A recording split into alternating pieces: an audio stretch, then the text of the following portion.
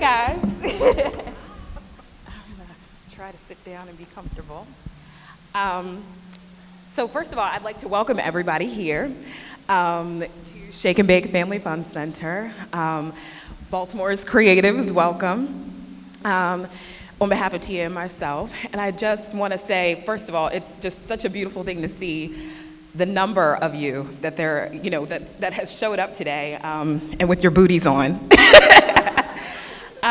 So as Kara said, I currently work at Baltimore City Recreation and Parks. I'm the Chief of Marketing Communications there. And I've worked in marketing for about 15 years in a wide array of projects. And it seems like, through all of my projects, the reoccurring theme seems to be diversity and inclusion. I really like working on people-focused projects. And Tia has been like my creative partner in crime.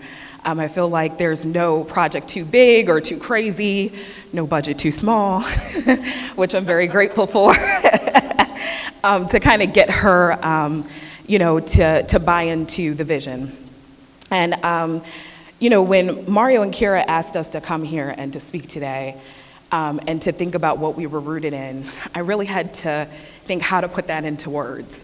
I feel like I am very rooted, but in what exactly? How do I, communicate that to you all today?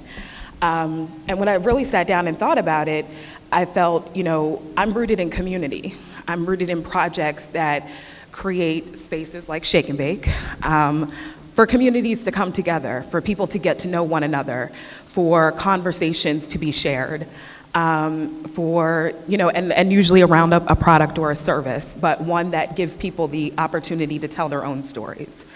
And then I really know that I'm rooted in culture. I'm rooted in Black culture. When I first came here to Baltimore City 11 years ago, breaking into marketing communications was difficult. And I realized that there were, a lot of people that looked like me. There weren't women, there weren't a lot of African Americans. And I realized the importance of, telling those stories, bringing a variety of stories, showing the diversity in the African American community and showing diversity, period, because it's beautiful and it's welcoming. And we feel that, right here. So I live for moments like this. And then lastly, I'm rooted in Baltimore City. I've had opportunities to work in other places. I've worked in DC and did that whole crazy commute on the MARC train 2 hours a day. That was humbling. But something always pulls me back to Baltimore. I feel like, and this is just my personal opinion, but people in Baltimore City, they work harder than any other people that I've ever been surrounded by. I mean, we grind every day, and I don't know if it's because we feel like we have something to prove, or I don't know if it's because we're surrounded by so many other hard workers, but I thrive in environments like that. So, I really wouldn't have it any other way, living in Baltimore. I think, y'all got me for the long haul, so. When it comes to Baltimore, I am completely rooted in the city. I feel like I talk from Baltimore. I talk like I'm from Baltimore. I'm happy that I grew up on the east side of Baltimore, and my family is here, and truly, Baltimore is my roots. And I swear, no matter how many times I leave the city for school or for work, I always find myself right back here in Baltimore, and I'm just as happy as can be. And, I feel like growing up in this city, I've always even been kind of attracted to creativity. And even when I was in high school and trying to figure out what I wanted to do, I always took art classes. And I was like, I'll take a ceramics class. And I knew I wanted to do that. So when I moved away, I was like, I'm going to be a graphic designer. And I moved to California, and I did that. And when I came back to Baltimore, I just knew I was going to find a job. I was like, I got this degree, I have an MFA, but when I got here, I couldn't find any opportunity. And I didn't know any art directors here or any graphic designers. And I thought that was because I couldn't find any that looked like me. A lot of the jobs around here, they weren't hiring people of color, in my opinion. So, coming from a family of entrepreneurs, I thought it was really important, or I'll say I had a foundation of really looking for opportunity. And And that's just what I did. I was like, I'm gonna make my own opportunity. And I just started to create things, and that kind of propelled into word of mouth and like, oh, Tia's working on this, do you wanna be part of it? And I kind of just found my way. And creating your opportunity is kind of the best advice I can give any young creative at that point. And I found my tribe. So I think that was really important. And I found projects that I was really passionate about, and I found that I was creating a lot of work for people of color, and I really enjoyed it. And I was like, these are personal projects, and these are really important to me. And I found that I put my all into these projects. And I found people like Tierra. We worked on a lot of projects together, and we created some really, really great content. And things like AFRAM in particular, where it was really about the community, I was really drawn to it, and she couldn't put a dollar amount on it, it was just more like. I really couldn't, like literally, I couldn't put a dollar. She's like, I have this great project, and it was just like a no-brainer for me to be a part of it. Yeah, so AFRAM in particular, 2 years ago, I had the opportunity to, manage the marketing communications for AFRAM, the AFRAM Festival. And Recreation and Parks hosts the AFRAM Festival along with several other city agencies. It's like a collaborative effort. And so when I looked at the existing brand assets, I had a decision to make, either go in the current direction or, create something new or refresh it. And, I had gone to AFRAM as a kid. My mom always took my brother and I to AFRAM. And I loved it. I remembered the experience, I remembered the celebration, I remembered, the sense of community, the fun, the performances, but I couldn't really remember the brand identity. What did it look like? What were the colors, the topography? What did the logos look like? And so I really felt like AFRAM was such like a cool platform for celebrating Baltimore's African American history and culture. So it deserved, a really dynamic brand, a really strong visual presence. So I started on Pinterest, like I often do. And I encourage any creative to start on Pinterest. I'm sure, you all probably already use it. I know on my team we use it faithfully. And pulling inspiration. And I pulled inspiration from Black photographers and African textiles and art and colors and, just kind of a brain dump of all the things to kind of understand, what Black culture looked like today. And I really wanted it to feel current and then relevant to Baltimore City. So, we did rebrand, and I knew also with the rebrand, I wanted a campaign that allowed Baltimore's Black community to share their own stories.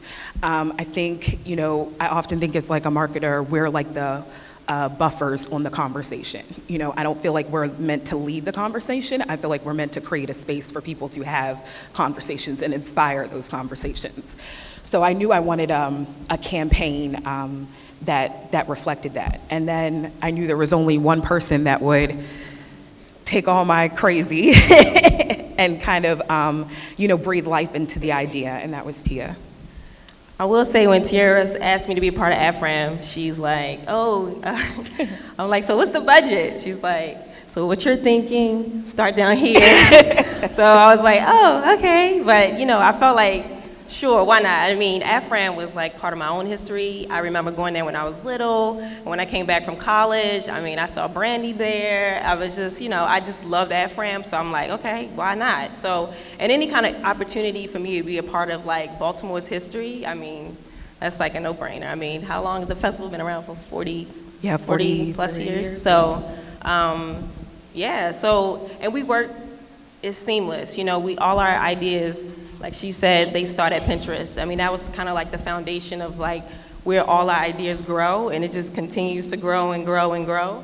And with AFRAM, she was about color and texture and textiles and people and great photography. So that was really the foundation of how we built what AFRAM was going to look like for the the future. And we really wanted a vibrant logo outside of the norm of red, black, and green, which you see for a lot of Black culture in particular.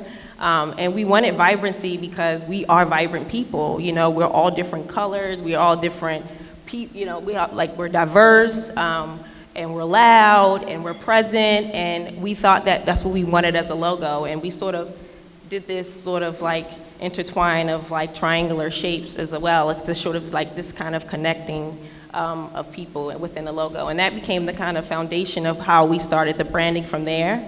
And this prism, we wanted to reflect for the next campaign of people, and we really called upon politicians and influencers and photographers and painters to be part of this project to kind of also tell their story of AFRAM.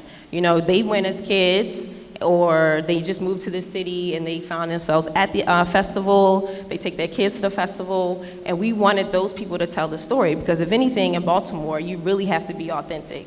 I mean, people, we can smell it. So, you know, we didn't want to be called out on this campaign. We feel we was going to shock people anyway from the new look and feel. So, we drew the logo again is like super colorful. So we drew like the different colors.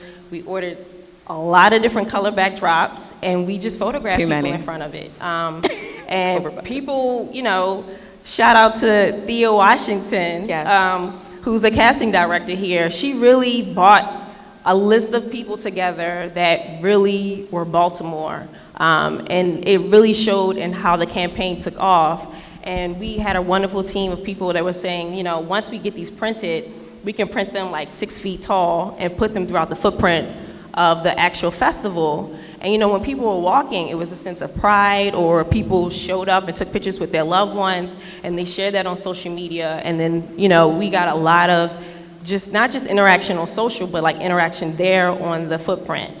And when people can really see themselves in a campaign, I mean, that's just, it speaks volumes. And I think that's how we've been really successful at storytelling, because we really believe it's about the people. And that kind of triangulates into what we did also for Shake and Bake. Yeah, so Shake and Bake's no different, where it was a community-led project. I mean, you know, we're in this beautiful facility, but there was a point where it was closed. And it really was the community's call to action to the city of Baltimore to reopen this facility. And so when Rec and Parks, you know, answered the call, I remember doing the initial walkthroughs, and, you know, it really, the building had really fallen into decay. And I'm sure Rashawn remembers, you know, walking over all kinds of things through these hallways, and just thinking like, wow, it's like, you know, walking through ground zero with like, and someone giving you like a broom, like, get started. So, you know, and we don't stray away from challenges. I think like we show a lot of grit, which is also an important part of the job.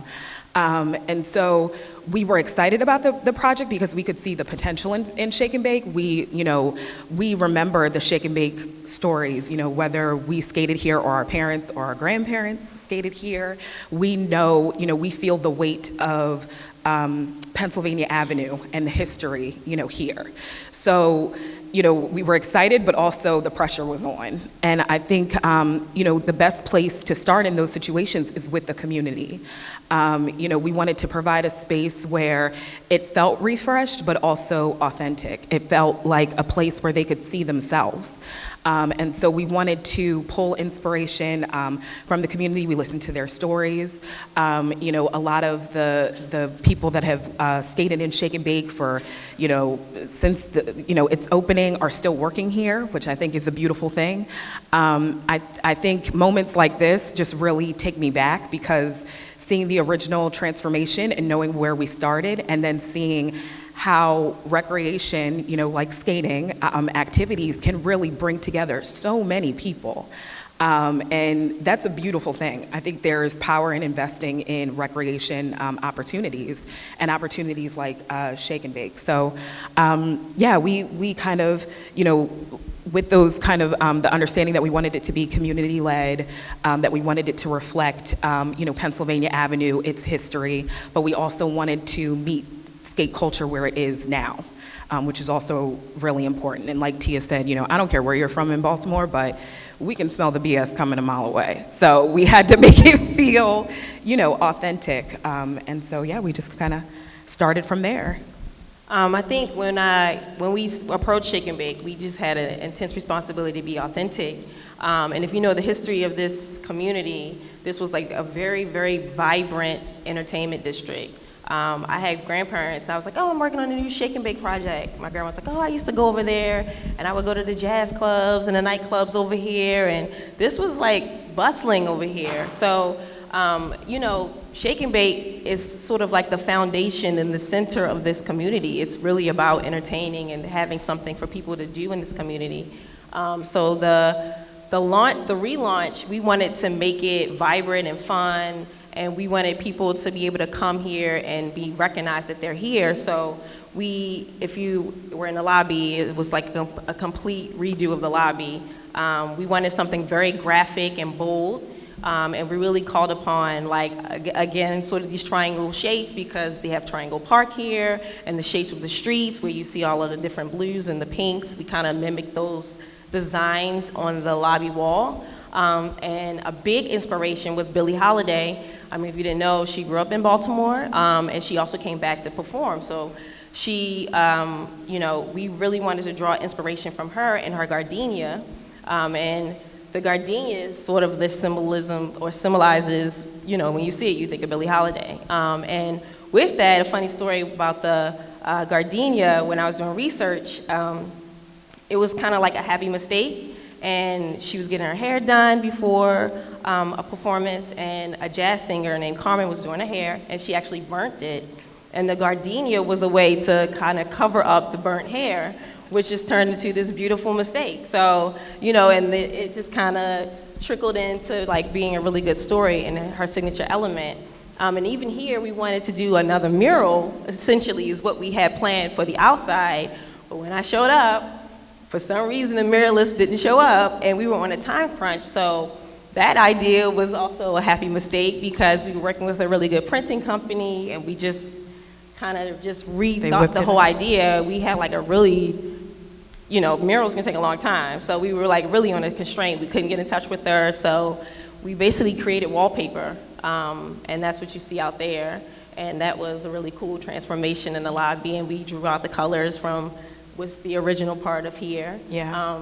And then we also did a photo shoot, which we called The Legends of Shake and Bake, because like Tierra said, some of the same managers are around. They still come back. They teach classes. We have original DJs and stuff. So it's just really good to have the community of Shake and Bake as part of the lobby forever. So those were really important elements. We really think it's important to bring the community into projects like this. And, I think it's really cool working for like Rec and Parks in particular, because we always get to tell stories of people of Baltimore. And these are stories outside of like, people that go to festivals, but, people that come skate, but it's also people that hike, it's people that, swim, and they climb, and they bike in the city, and we get to tell those stories, and we feel it's an immense, intense responsibility to tell those stories the right way. Absolutely. I do want to say that, Tia brought up a good point, is that none of our projects are without challenges. And sometimes when you're faced with those challenges, it can make you feel, kind of that self-doubt starts to kind of creep in. And it's like, should I be doing this project? The budget's 2 quarters, we don't have enough resources, we're working all night, the open date is like 2 weeks from now, and like, we're spackling, painting, and spit shining. Is like, is this going to happen? And I think, the only way that it's going to happen is that you find people that are equally dedicated, like you. When I look around this room, I see a lot of people that have helped us out. And I'm really touched by that. I see my team up in the front, the Shake and Bake team, my city family, and that's because these are other people that are, working day in and day out to make Baltimore, to tell those stories, to tell Baltimore's stories. We're very invested in that. So, my takeaway would also be, stay rooted, remind yourself of your roots, and, don't stray off the path, just keep going. And I do wanted to say, before we wrap up, before I say thank you, Another thing is that our projects they're brought to fruition because we do call upon people that are not scared of small budgets, that are not scared of, past history, that are not scared of stigma or whatever, kind of makes people stray away from projects. These great things come to fruition because people answer our call. And so I'd like to challenge everyone here because we are looking for creative partners and collaborators. And I'm putting out a call to, action to all of you to help us with AFRIM 2020. If you're interested, let's talk. That's all I got.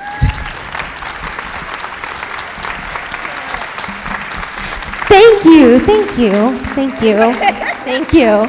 We're gonna do some Q&A now, but I can kick it off when you guys are thinking about your questions. How'd you all meet?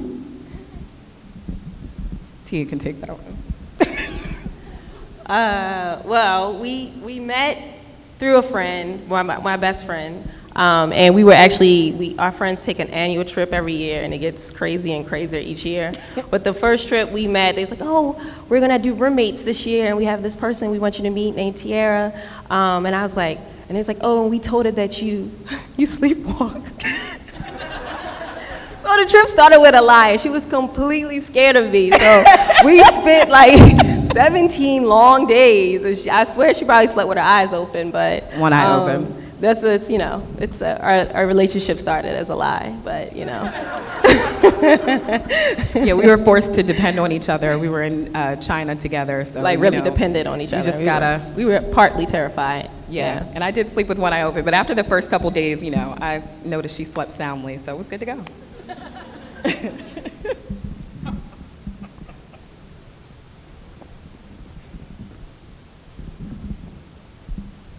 Hi, thank you. So when you're working in these community spaces and places that have a lot of history, how do you create space for the community to share your story or share their stories about what they think about being rooted here? So I think that's where the creative campaigns come into play. As we're inspired by like the look and the feel, the branding itself, I then start to connect with the people that are near and dear and already have a relationship with that space. And with, here on Pennsylvania Avenue, they have a very active community. And so that wasn't hard to do. They were kind of like, they were leading the charge. With AFRIM, it was a little different because AFRIM had changed hands so many times. So we were really relying on, the history, like news clips and, footage that we could find and just our connections. And the good thing about working in city government is that there are a lot of people that have been there for a long time. And I think there's something to be said about historical knowledge. And so we picked people's brains, people that have worked at Rec and Parks for like 40 years. What do you remember AFRIM? We're talking to our parents. We're talking to grandparents, our friends. And then we're also talking to people that are new to the city, that don't know anything about AFRIM.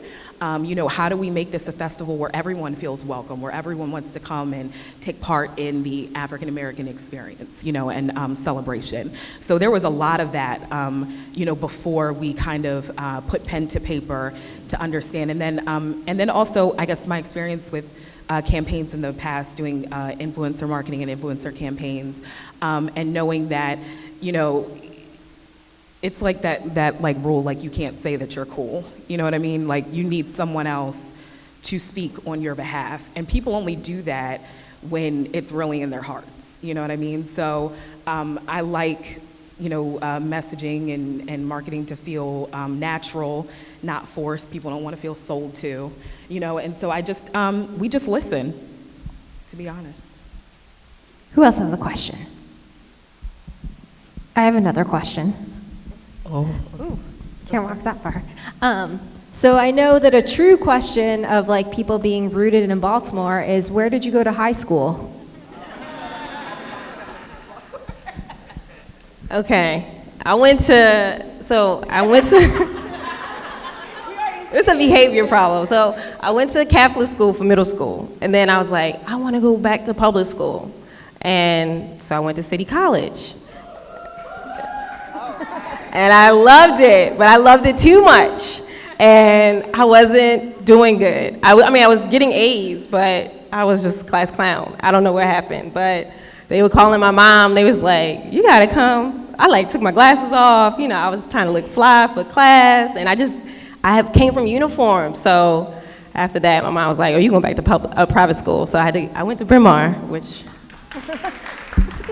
I love too.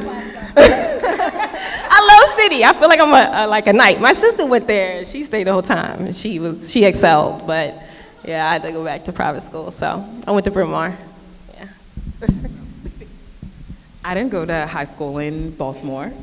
I'm from Columbia. I went to Appleton High School. Shout out to any Columbia folks or HOCO in the house. There's one. My brother's one. Raise your hand. And this guy right here in the front is one. But like I said, after graduation, I went to Delaware State University, HBCU love in the house, fellow Hornets.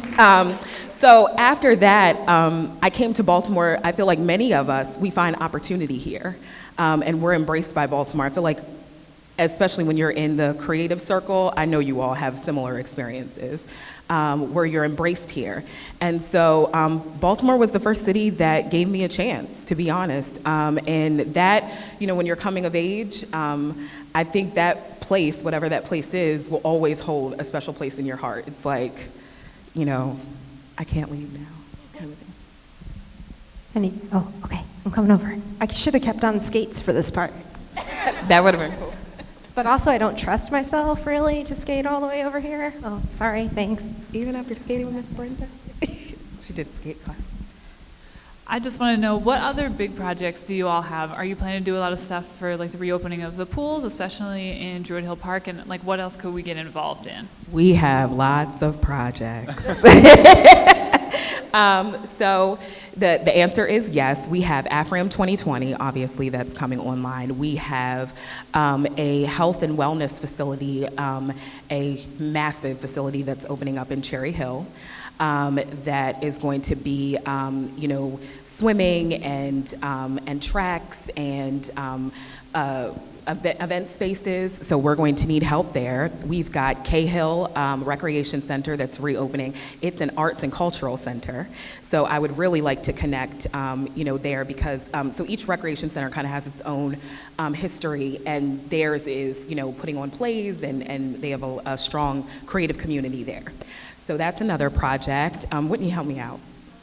Charm City Games. So we launched Charm City Games last year, where we brought 500 athletes ages 12 to 14 from all over the city. They represent each district of the city, and they compete in tennis, track and field, soccer, and basketball. And they compete for this coveted Charm City Cup. And so that's really exciting as well. If you're looking for a list of our current projects, if you could, shameless plug, follow us on @RecNParks, on Twitter, Instagram, and Facebook. That's RECN Parks. And we're always sharing our projects there. We're looking for people to collaborate, and we also have a brand new community engagement division that really works hard to create these community partnerships with recreation and also with parks. So we've got lots of opportunities. Oh yes, and we have 44 recreation centers, contrary to what you might have heard. And we just opened Harlem Park Recreation Center, and we are opening a few more. So stay tuned for that. Yeah. So 2020 is an election year. Yes. Baltimore has a lot going on already. I wonder how you're thinking about leveraging AFRAM as a place for inspiration and also holding policymakers accountable to the city. Well, I really think that's a great question. I really believe in my heart that AFRAM belongs to the people.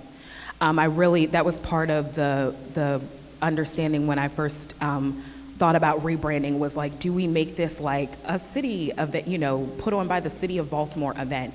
And I felt no, to be honest. I want the people of Baltimore City to feel like they own and love AFRAM.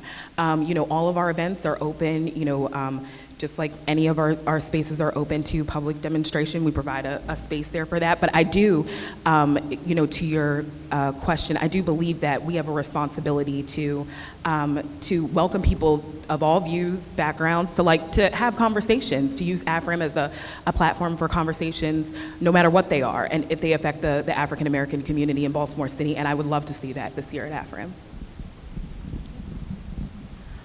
So I was wondering, do you have a youth advisory board, and how do you get the community engaged in your events? So Recreation and Parks, right now, we are undergoing we've launched a strategic plan. And so just to give you a little context, since '91, we've had, I don't think we've had a director stay for more than about 2 years. And what happens with that is, like, often a plan isn't brought to fruition. And so with our new director, who's, moved here, invested in the city, really excited to be a part of Recreation and Parks, he's really taken the time to reevaluate the way that we engage the public. And a part of that strategic plan is creating a youth advisory board. So we are in the process of doing that right now. And that advisory board, unlike many boards sometimes, are actually going to be made up of the youth. Young people. I come to some of these youth advisory boards, I'm like, where are the kids? What's going on?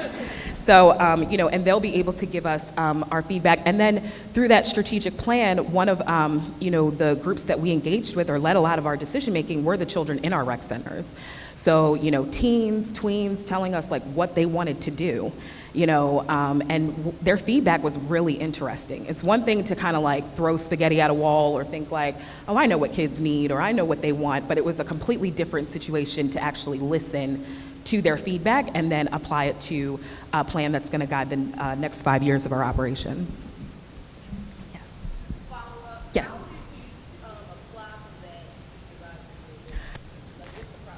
Yes. So you could just get in contact with me. It would be to reach out to our community engagement division, and you can find their page on our website.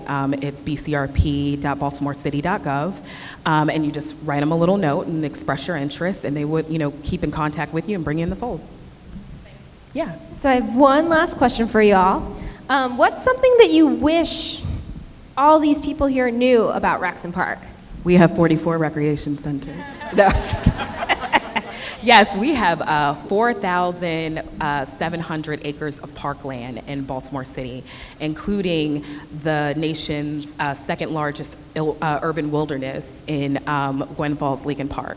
I want you to know that people are hiking here, they are fishing here, they are camping here, they are going on hay rides, roasting marshmallows. We have, kids that are, we're having family reunions in Druid Hill Park. It's sold out every year. We have kids that are being taught in nature instead of in classrooms, which is like beyond me. It's a beautiful experience. They're going out, they're learning about, trees and connecting with nature and having a relationship with, the outdoors. And we've got great facilities like the Shake and Bake. We are growing, contrary to what you might hear. We have a great program guide that we put out twice a year that has all of this information. You can find it online at bcrp.baltimorecity.gov. And you can download a version there, and that has all of our recreation programs, our 27, pools, our special facilities, like Rashawn had mentioned. You can come here and learn to skate on Saturdays with Miss Brenda. You talk about a core workout. That is a core workout. I've done it. So the opportunities are here. I think the issue is that, when it comes to government, we often don't see the investment or the value in telling our own story. I think we're kind of so busy, trying to, actually get the programs lifted off the ground that a lot of times, the marketing piece or like getting the word out, it's like that's the last thing to kind of prioritize. So there are programs there, and do we need more? Absolutely. But we are moving in that direction. Will you guys help me thank them?